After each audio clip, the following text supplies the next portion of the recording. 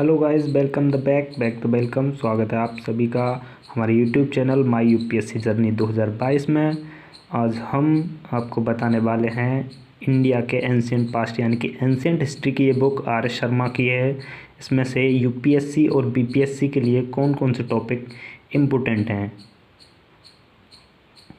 ठीक है। इस बुक में लगभग 30+ टॉपिक दे रखे हैं। इसमें से कुछ टॉपिक हैं जो ज़्यादा इम्पोर्टेंट नहीं है। फॉर एग्ज़ाम्पल जैसे ये इसमें कंटेंट दे रखा है, इसमें टोटल नंबर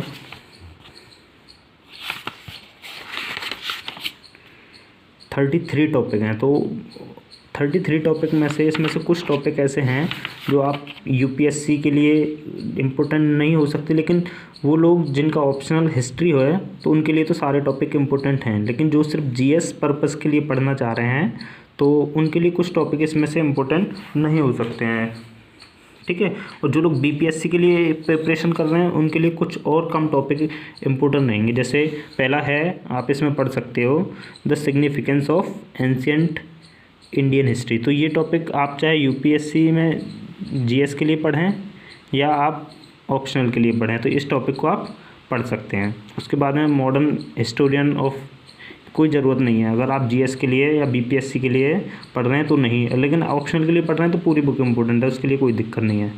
आप जीएस के लिए ये भी, बीपीएससी के लिए कोई इम्पोर्टेंट नहीं है। ज्योग्राफिकल सेटिंग कभी क्वेश्चन नहीं आया यहाँ से। इकोलॉजी एनवायरनमेंट यहाँ से भी कोई इम्पोर्टेंट नहीं है। लिंग्विस्टिक बैकग्राउंड ये भी बिल्कुल इम्पोर्टेंट नहीं है, कोई इम्पोर्टेंट नहीं है इनमें से। तो अगर आपको मतलब मेंस प्रोस्पेक्टिव से पढ़ सकते हैं तो significance of ancient Indian history पढ़ सकते हैं। नेक्स्ट इसमें दिया रखा है human evolution of the old stone age. यहाँ से क्वेश्चन स्टार्ट होते हैं, चाहे यूपीएससी का एग्ज़ाम हो, कोई भी एग्ज़ाम हो, यहाँ से क्वेश्चन स्टार्ट होते हैं। तो आप ये टॉपिक पढ़ सकते हैं, बिल्कुल पढ़ सकते हैं, पढ़ना भी चाहिए। ये पढ़ना है ह्यूमन एवोल्यूशन, उसके बाद में न्यूलिथिक एज, चालकोलिथिक कल्चर।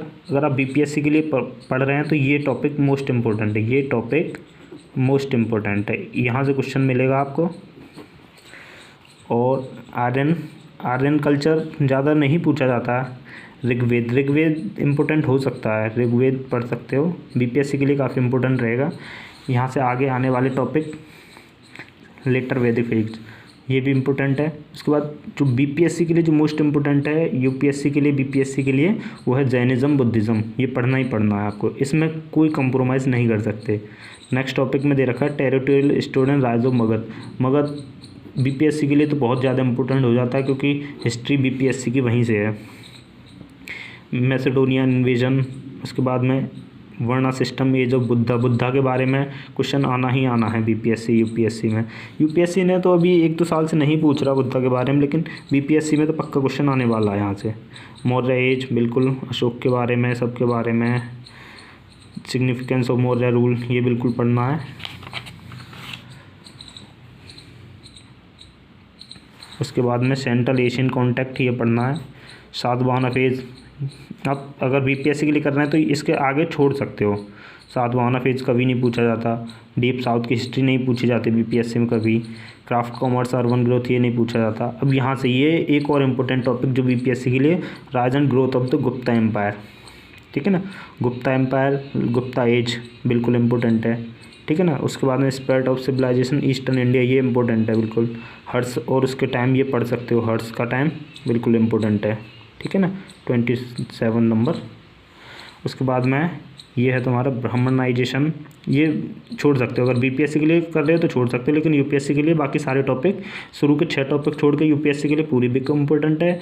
उसके बाद में जो बीपीएससी के लिए कुछ सेलेक्टेड टॉपिक हैं, डेवलपमेंट फिलोसफी, ये सब पढ़ सकते हो, ठीक है ना। तो मैं एक बार आपको फिर से बता दूं बीपीएससी के लिए कौन कौन से टॉपिक इंपॉर्टेंट हैं।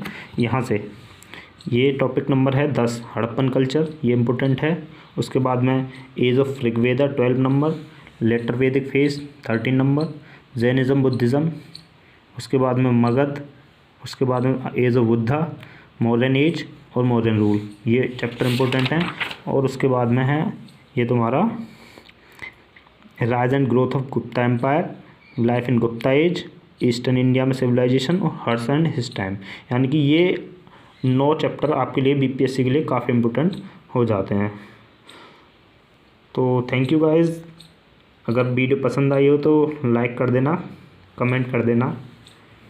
अगर हमारे चैनल पर पहली बार आए हो तो चैनल को सब्सक्राइब कर देना। ये था इंडिया की एंशिएंट हिस्ट्री के कुछ इंपॉर्टेंट टॉपिक, मतलब चैप्टर के वाइज है, मतलब चैप्टर वाइज बता दिया मैंने यहाँ पे, ठीक है ना। तो मैंने जिस हिसाब से प्रिपरेशन किया उस हिसाब से मैंने बता दिया। अगर आप मेरे को कांटेक्ट करना चाहते तो मैं अपना कांटेक्ट नंबर डिस्क्रिप्शन में दे दूँगा।